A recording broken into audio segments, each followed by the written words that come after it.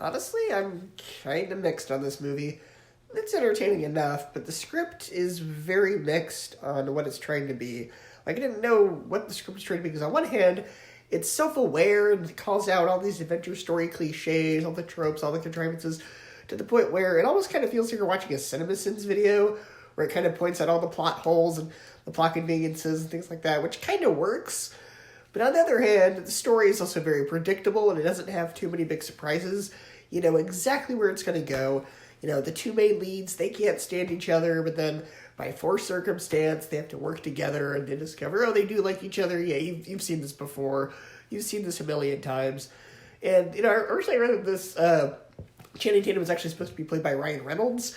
And, yeah, at points it does really feel like a movie that was written for Ryan Reynolds. I don't know if he would have done a better job. Like I said, I mean, the acting in this movie wasn't terrible, but the script definitely feels like a Ryan Reynolds type script.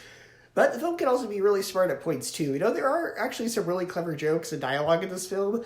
Unfortunately, the jokes that are legitimately funny are somewhat soured by most of the humor in this film being vulgar and crass, which is a shame. Because the cleaner jokes in this film can be kind of smart, so it's kind of a shame that most of the humor in this film had to shoot for like the low-hanging fruits. Like a lot of this is very much, it earns the PG-13 rating. A lot of the jokes are very middle school humor, which is quite a shame. So, but, you know, while the two main characters, they're nothing special, they're pretty cookie cutter. The most entertaining element to this movie, though, is Daniel Radcliffe as the villain. And, again, I mean, his character writing isn't the best. Most of the issues in this movie, like you're saying, are the script. You know, his character is just the typical, I'm going to beat them to the treasure for my own selfish reasons that you see in every adventure movie. But his performance of the character, though, is so fun. Radcliffe is so entertaining in this movie that you can overlook the fact that his character is pretty paint by numbers.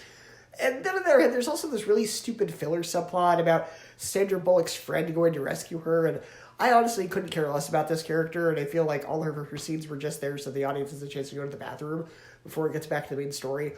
So, you know, I wouldn't say this movie is really anything special or groundbreaking. You've seen this a million times, it's pretty safe, but for a lazy weekend rental, it's entertaining enough to get the job done. I would give it a B-, an 8 out of 10, and a 3.5 out of 5 stars.